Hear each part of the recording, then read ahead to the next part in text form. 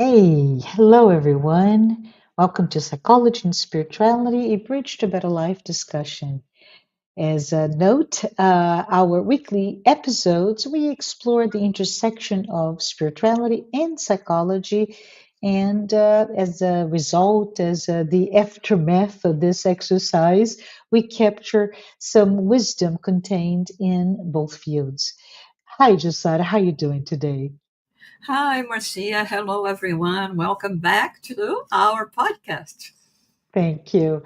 Well, Jussara and I have a proposal today. We're going to take a look at something that we collectively speaking, we often fear, we avoid, or even try to just silence the voice, the thundering voice of suffering. But Jusada, the thought to my mind, that it comes is, what if suffering is not an enemy for us to fight, right? If we could, just flip it around and look at suffering as a sacred invitation. I know, you may think, Marcia, let's not talk about the masochism here. No, no, no. But if we look at it as this sacred invitation, a call from deep within that is asking us, pulling us toward living authentically, right? To asking us, inviting us to grow. And the most amazing thing that we can do with our lives is to transcend what we are today. So, Sarah, in the world that and I know we both live in a very comfortable world, first world, right, in the US, but this world somehow glorifies comfort, um, distractions, escape, right? We're here to talk about a different narrative, which is that the pain that we face is indeed that spiritual talent. And I'm referencing here the parable of the talents, right? Or a path that when we do embrace it with, say, awareness, with love, it can awaken the best within us. Even referencing now Joseph Campbell, right?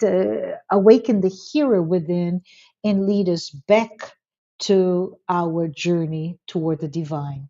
So, simple question for you, and I'd love to hear your thoughts. Why do we suffer? Well, What do you think? Go ahead. first of all, let me congratulate everyone that is listening to this podcast.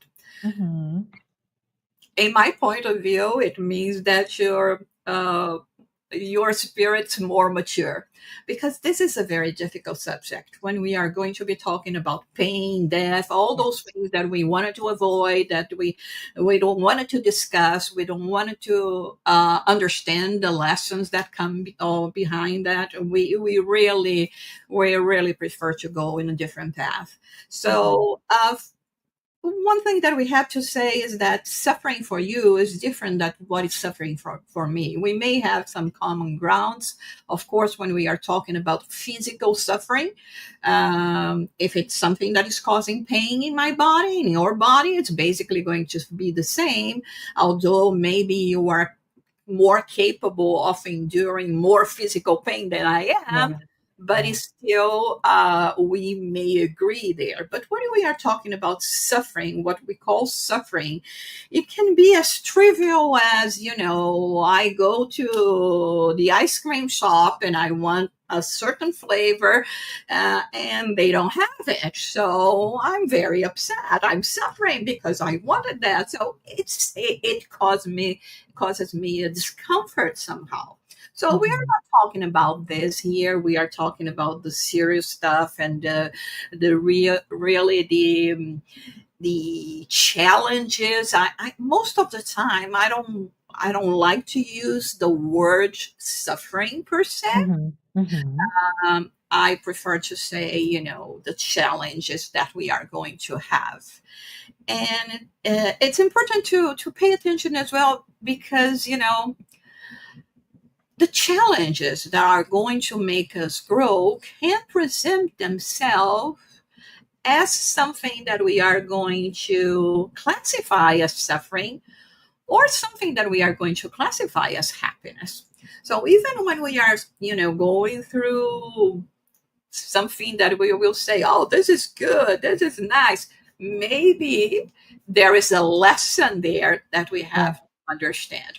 According to Joanna de Ângelis and in her writings, and we always like to refer her here, after all, we are talking about spirituality and psychology, and on the basis of her work, she Hmm. she starts by saying that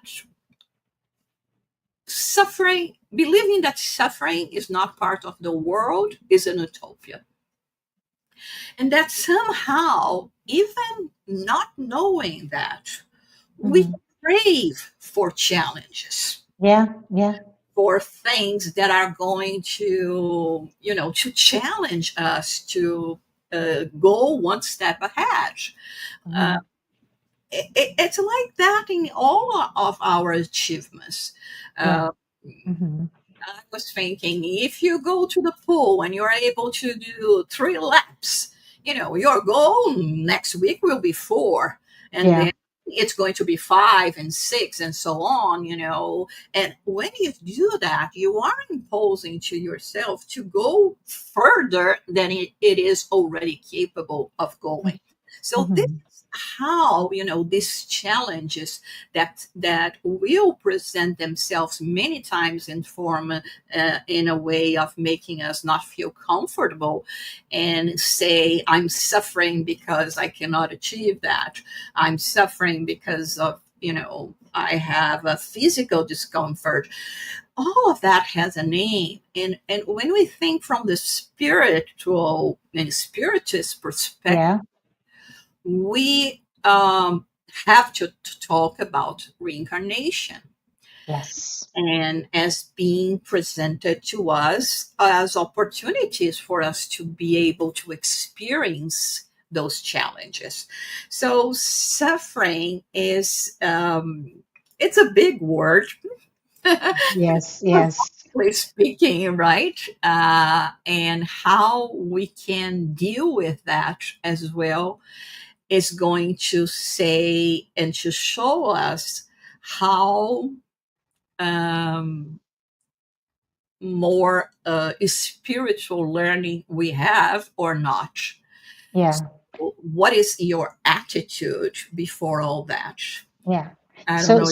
Yeah. I was just, playing back in my mind what you referencing with Joanna de Angelis and what she mentioned that wanting or desiring a life that is less full of challenges, perhaps, right? And that's the utopia that we all have, and.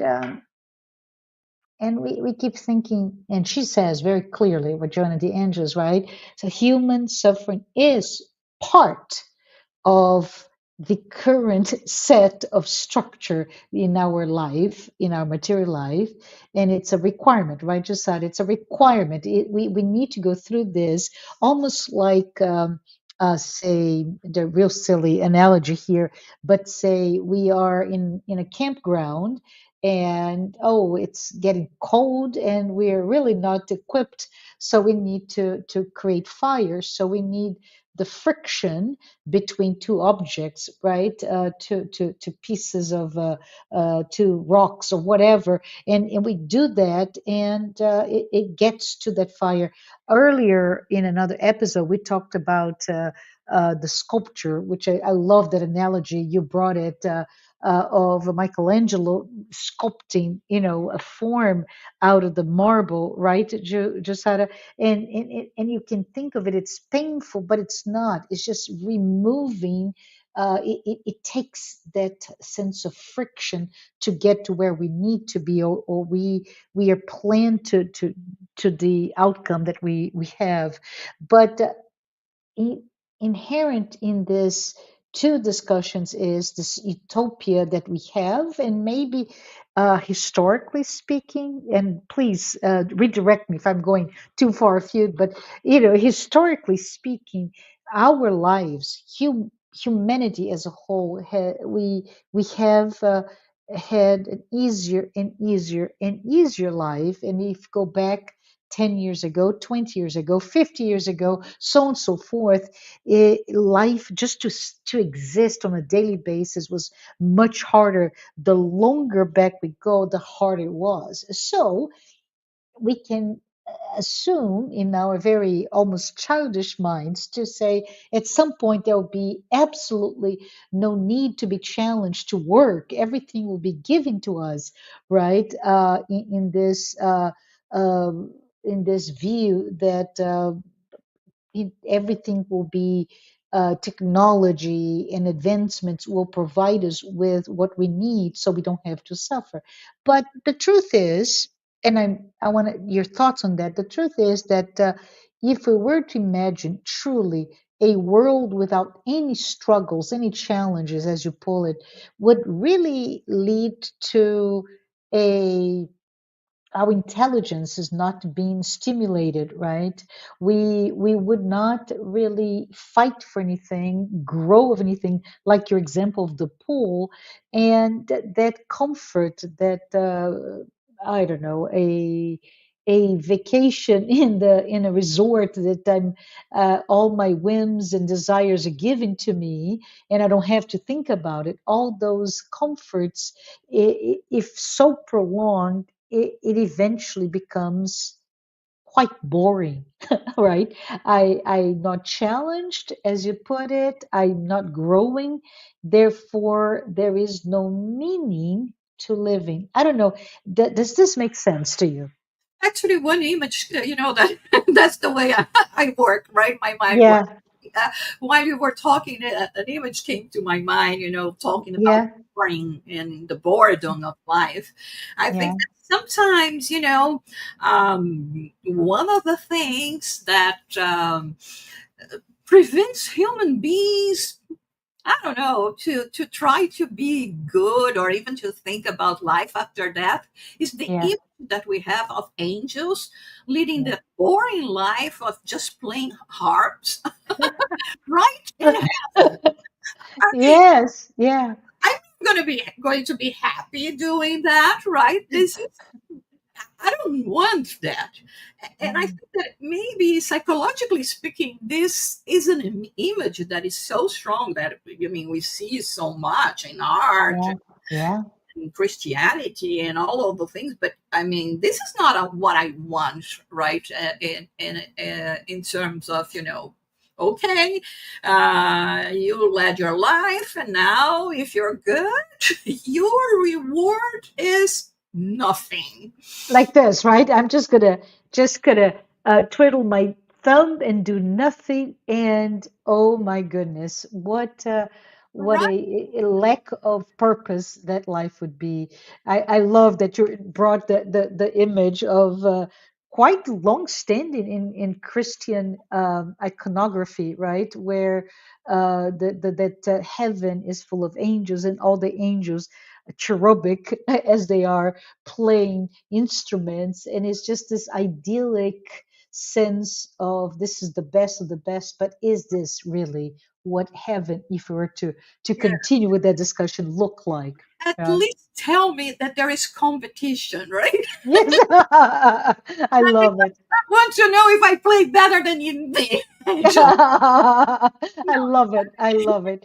Yeah. A Oh, question that comes to my mind, yeah. if you allow me to just pivot a little bit, Jussara, is because we're talking about, and you brought up reincarnation, right? In terms of spirituality and spiritism specifically, that literature is foundation, that literature that we believe in one life, many corporeal existence, and that then comes the idea of reincarnation. But inherent in that concept, which are basic, is the idea of free will, right?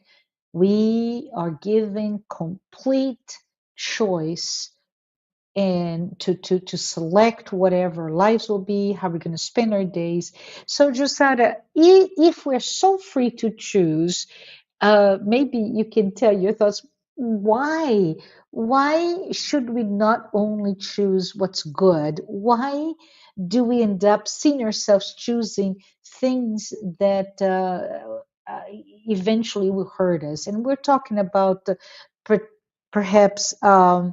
Let's say your mother and father and you're young person, and like, okay, you have to study, right? You have to do good grades, and you have to go into this course because this will allow you to do that. And there's almost like this path for the easiest way for you to be, and I'm talking about here materially speaking, successful. And what we do, oh, we want to watch TV, we leave to do our homework to the last day, we don't prepare. And this is in a very naive way of talking about that. We could also talk about perhaps our eventual fall into, I don't know, addictions and distractions that remove us from our path, which end up hurting us, right? Why do we do this? What is this call for us not to follow the right path, if you will? Well, the answer, I think, at least to me, is quite simple. Mm, Unless we achieve spiritual maturity, we will still be choosing things as a child. that's So right. we'll Hmm. select something that is going to give me immediate pleasure. Like, Hmm. go to a child and say, if you wait till tomorrow, I will give you two chocolate bars. But if you want it today, I'll just give you half. The child will say, give me half. Yes, there is no sense of right, that the mathematical aspect of you get four times what you get today if you can just wait, Yeah, right? and we want immediate satisfaction. And Yeah, of course, as a child, we are going to be choosing not necessarily the things that are important. So we have to change our values, and this only comes with maturity. yes. um, and sometimes, again, I was thinking about the silly example. You hear and you see, influential people have Hmm. a glass of champagne and eating caviar. And then you Hmm. go there, you save a lot of money to do that, to go there and buy Yeah, champagne and caviar, and you taste it. That bubbly thing is not that nice. and and caviar, it's bitter, it's not yeah, nice as well. And so, I mean, we keep on craving for things, and this yeah, is where we can go to the Four Noble Truths of Buddha, because yeah. it talks about suffering. One of the things that when he talks about the true cause of suffering is the cravings, is things that we go after, things that are going to give us sensory pleasures, and all these things, they are not going to be satisfying. But what Hmm. happens next? Sometimes, because of religion, because of the beliefs we have, you learn that you have to be good, to do good things. And Yes, then we go to a different stage in terms of maturity of spirit, where I think that I can bargain with God. So yes. I'm going to start doing things because God will, or, the Yeah, on I, high is yeah. going to reward me with something.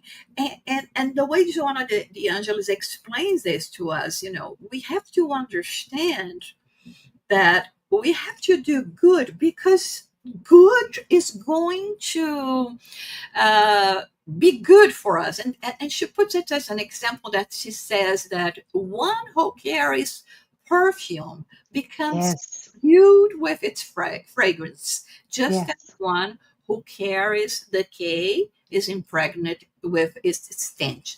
So there will be in this evolution path, evolutionary Yes. path that we go through, Yeah. those different stages where first I'm just thinking about my immediate uh, uh, satisfaction, the satisfaction of pleasures that are completely related to the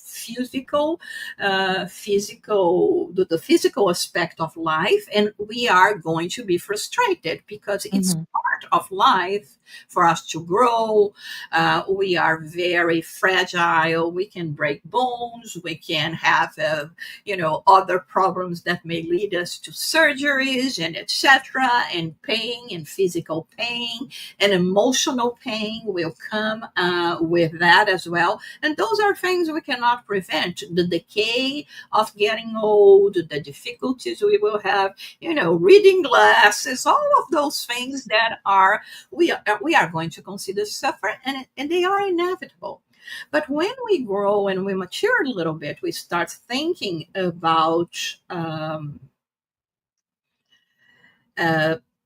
paying more attention about in this inner reward Yes. doing good brings to us. And I'm going to extend myself a little bit, Marcia, because No, please. this past week, I was listening to a talk by a friar, an Italian Hmm. friar, Oh, talk- yes. Tell me more. Yeah. talking about Clare of Assisi. Oh, And it was fascinating, even because, the way he was talking about her being a woman and how hard it was, if we consider everything, the context of everything, how hard it was for her as a woman, as a teenager, yeah. to break down with family. She came from a noble, very rich family. And all of a sudden, she goes after Francis of Assisi, cuts her hair, and goes to the Benedict, Saint Benedict, Yeah. uh, how the cloisters. And Hmm. can you imagine all of those things? And then Hmm. he said one thing that really stuck with me. He said that spirits like her, they love the suffering of love. Mm. It's not about suffering, it is about love. And that is stuck with me. And Yeah. the other phrase that we have from the same spirit, Joanna de Ângelis, Clare of Assisi, reincarnation. Yeah. Okay. In the book, The Gospel According to Spiritism, where she says, pain is a blessing that God sends to his chosen ones.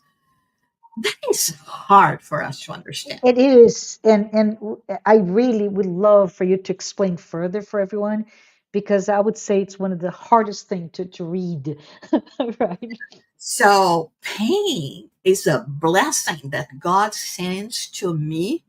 Yeah. But I mean, at least in my way of thinking and connecting things, Yeah. when I put those two things together, pain is a blessing that God has sent to his chosen ones. And Hmm. it's not that I love suffering, but I love the suffering of love. And then Yes. he explains, for instance, the love of Hmm. Christ for us, Hmm. embraced crucifixion to teach us also the lesson of resurrection, of life after death. Yes. So, in a way, is when we understand that more evolved spirits are going to look at things that we uh, classify as suffering in a different aspect. Let's say I have to go to a very difficult neighborhood to do some good. Yeah. I'll have to face the suffering that this is going to cause me to go to this place, the stench perhaps that is going to be there. And I remember when I was putting all of this together, trying to, to make sense of this. Mm-hmm. Pain is a blessing, that it goes to the Mm-hmm. chosen ones, and the love, uh, uh, you know, uh, is suffering because of love.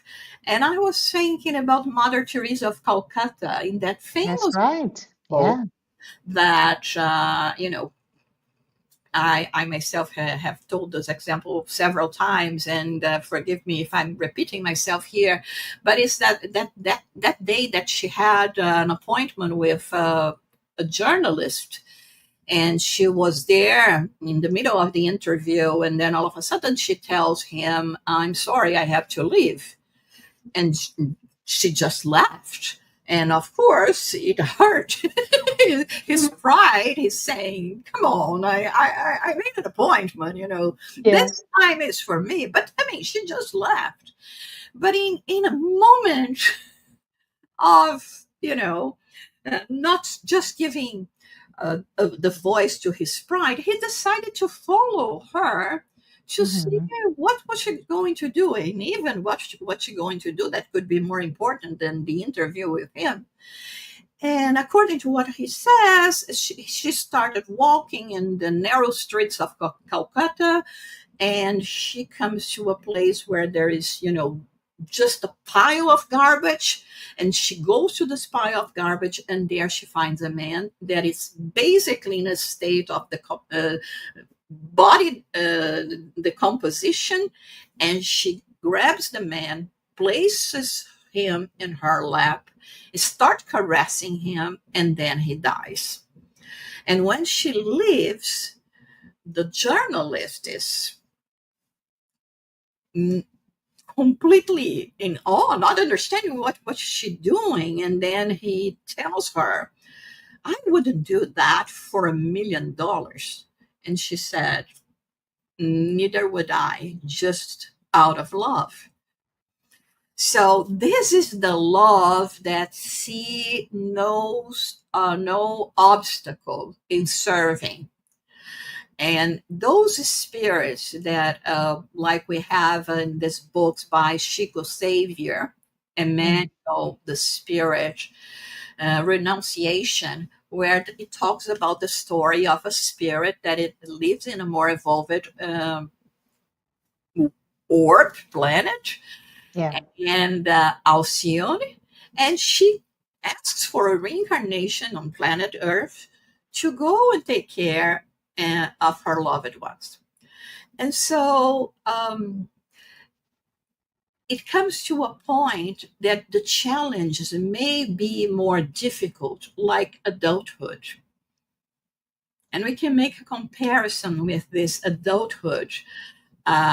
It means that if I'm going through things that are challenging me more, it's because I'm already growing, spiritually speaking. I love it. And Yeah. we will see that all of those that we classify as saints, I mean, they don't, they just go and do what they have to do. They are not thinking, "Oh, maybe if I go to this neighborhood, or if I go to a hospital where there are children with cancer, it's going to be too much suffering for me." Right? Yes. This is Yeah. the love, the suffering that comes out of love, but it's pure love. And so I don't know if I could make myself clear, because I think this No, this is together beautiful. Yeah. so profound. There Yeah. are so many layers in that. And so Yeah. it makes me think that, when we are going through ordeals, and that are very, very challenging to us, we have to try to learn the lesson that is behind all that. Yes. Yes. Yes. I have to say, Josada, and I too may be repeating myself, but long ago and far away, this is decades ago, I I had a whole year of deep, deep, deep suffering. It's one of those things that it was to me really specific. I can see myself crying, yelling of pain in the middle of nowhere, right? Just the suffering that I was going through. There was a reason. There was the suffering, and it ended. And a few years later, I could put two and two together. And despite the suffering, because of what happened at the time, it really benefited my children in a way that if I did not go through that, they would have been um, led into a very difficult position in their own choices, right? And all I had to do was look into that correlation to say, Josada, I would do it all again. I would go through the worst year of my life all over again, knowing that that prevented something so bad to the ones I love. And I think maybe this is what you're saying. It's suffering out of love, right? It comes out of love, and sometimes we're too naive to make those correlation. I certainly was at the time, right? But if we have faith in this infinite mercy, the infinite love that God, and I'm talking about the divine, has for all of us, then suffering is accepted, like Mother Teresa. Um, Throwing into the garbage and rescuing that man in his last moments of life to give a little bit of comfort out of love, right? And It's it's interesting beautiful. you Yeah. said that, Marcia, because this is really uh, the conclusion we have to have when going through those challenges and ordeals Mhm. of life that sometimes we don't understand. And you Yeah. may remember that when I was still living in Brazil over 30 years ago, I had a very, very good job. I was, wow, it was almost like a dream job. And Mhm. um, I was fired, and there was no reason for me to be fired, and it was, Mhm. I mean, it was really, really bad. I suffered a lot. This, to me, was a suffering. Not only I was deprived of a job that I liked it so much, but then, the financial aspects, everything that comes with it. Mhm.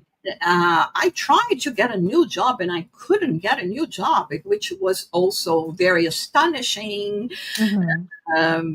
because it shouldn't have been that difficult. And Mhm. few months later, my husband was invited by his work to move abroad. And well, I had nothing there that would be in the way of, us pondering whether this was going to be a good or a bad idea. So, okay, let's go and move. And here we are 30 years after. And like you said, I mean, of course, at the moment, I couldn't understand. If I Yes. were in that job, probably we would say, no, we cannot just go abroad, and we have all the security here. You're working and this and that. And so, I mean, and life was so interesting after all that, right? Yes. Like you said, I wouldn't trade it again. I would Yes. go through all those months. It was more than 6 months. It was Mhm. unbelievable that I couldn't find a job. And Mhm. I mean, there was a purpose. Yes. And the thing is, many times we don't understand why we have this purpose. And I was thinking about um, the the example of the pastor. What? How do I say pastor? I forgot. Pastor that goes after the sheep. The shepherd. Shepherd. Sorry,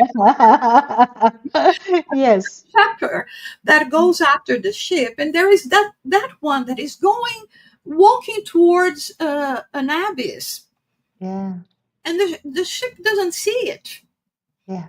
And I'm there, happy, just going to my end. And all of a sudden, there is Yes. this king that comes from the shepherd and grabs you. And oh my God, it is a pain, right? I wanted to be free, like you were saying, free will, but free will in choosing what? In Yeah. choosing what kind of path? And so there is a phrase for from Oscar Wilde that I like very much that says that when the gods want to punish you, they answer your prayers. So many times we are praying for something that is not going to be good to us. And this is one thing that Joanna de Ângelis emphasizes very much in several of her books, and in this one in particular, where she talks about suffering as Mm, well, which is prayer. We mm. have to pray to ask for enlightenment. Yes. And I think this is we really have to be thinking, like like you were sharing with us now, something that was so bad, but it was a salvation. Yes. Yes. Yes. But I couldn't see. I was blind to what it did until it was over, right? So the main conclusion to me was when the correlation came, I saw how, as much as I thought of myself as somebody that had faith, that my faith was compromised, that I did not believe Hmm. that I would not go harmed. There was no harm. I overcame all that was so difficult to go through, all of it. So I think this is probably this discussion today, right?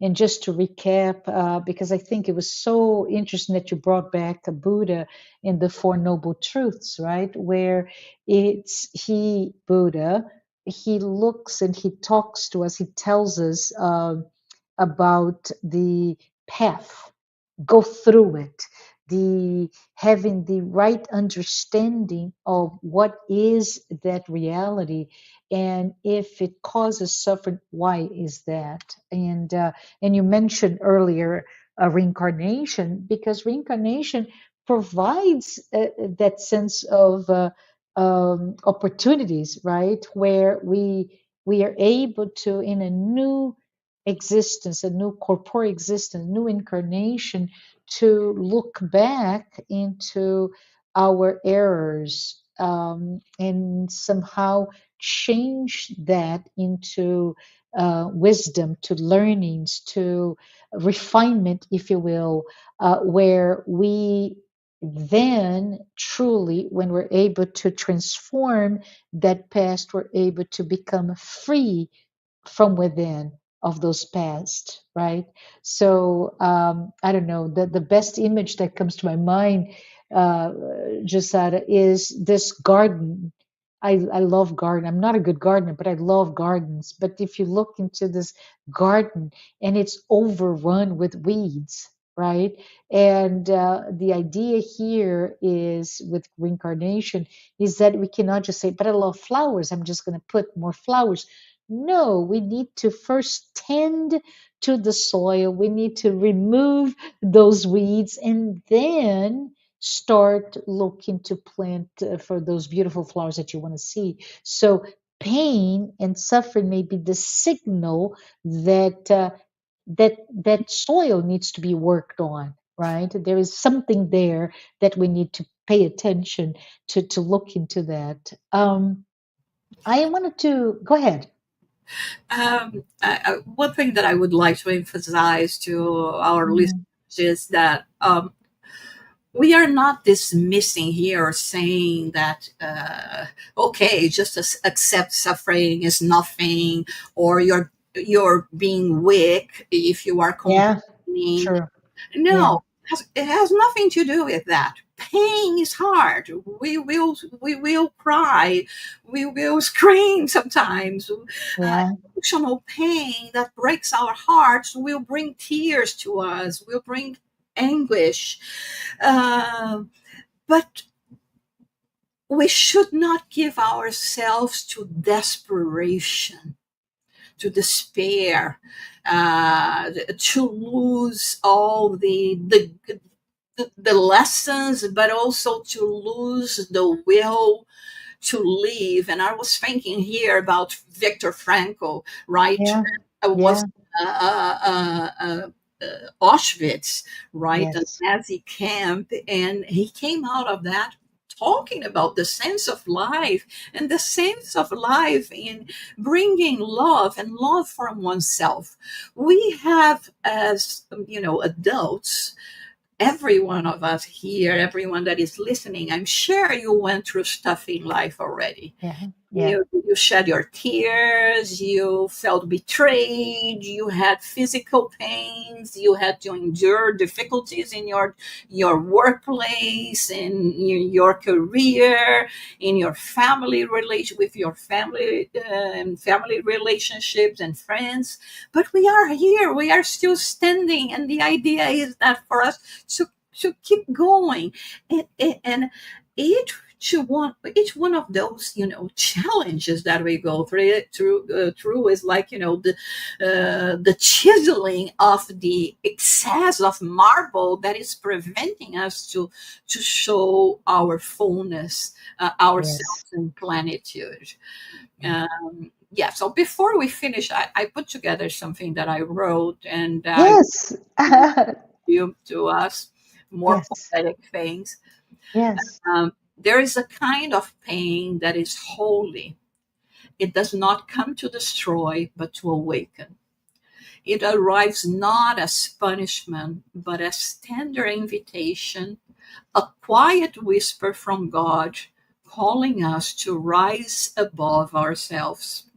To love deeply is to open the heart to joy and to sorrow, to embrace the risk of being wounded for the sake of another's good. It is to hold nothing back, even when gratitude is absent, even when our efforts seem unseen or unreturned. This is not a suffering we chase, nor a bitterness we glorify. It is the gentle suffering born of compassion, of carrying another's burden, of forgiving what feels unforgivable, of choosing to remain kind in the face of cruelty, faithful in the face of betrayal, hopeful in the face of loss. It is here in this sacred space that we find the mysterious blessing is spoken of by the gospel, the suffering that God sends to those he calls his own. It purifies like fire, not to consume, but to make gold of the soul.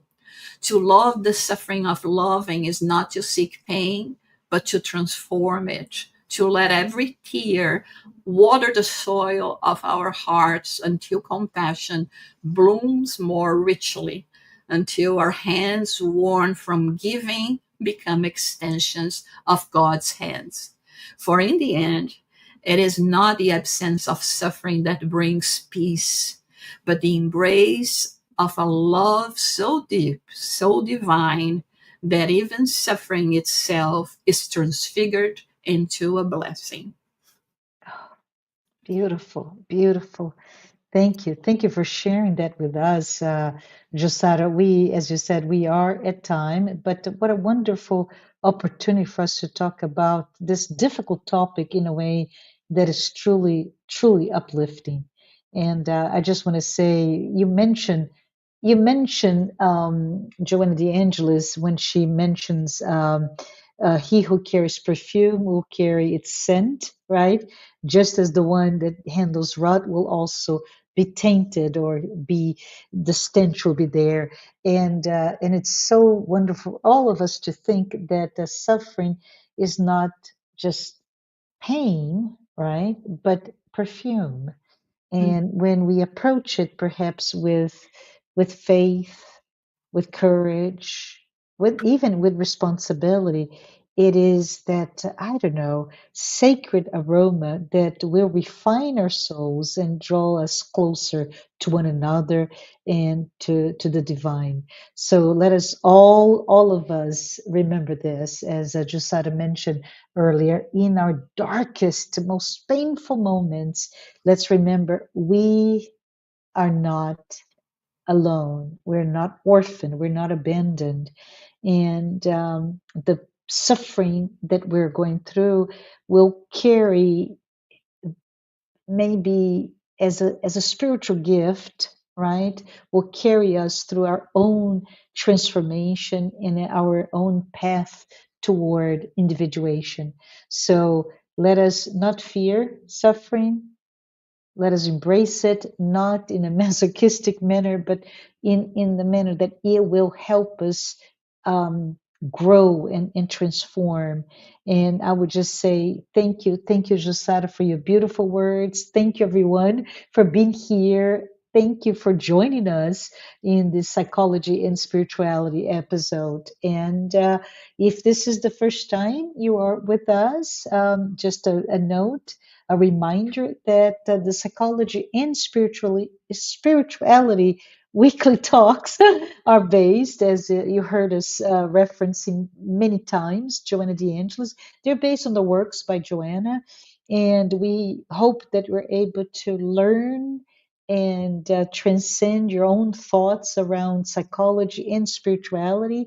And I also want to say thank you, Jussara, for your being here, for your thoughts, insights, and your beautiful, beautiful words. And thank you all of our sponsors, Mansão do Caminho, the United States Spiritist Federation, the International Spiritist Council, and AMI Brazil, the Brazilian arm of the Medical Spiritist Association.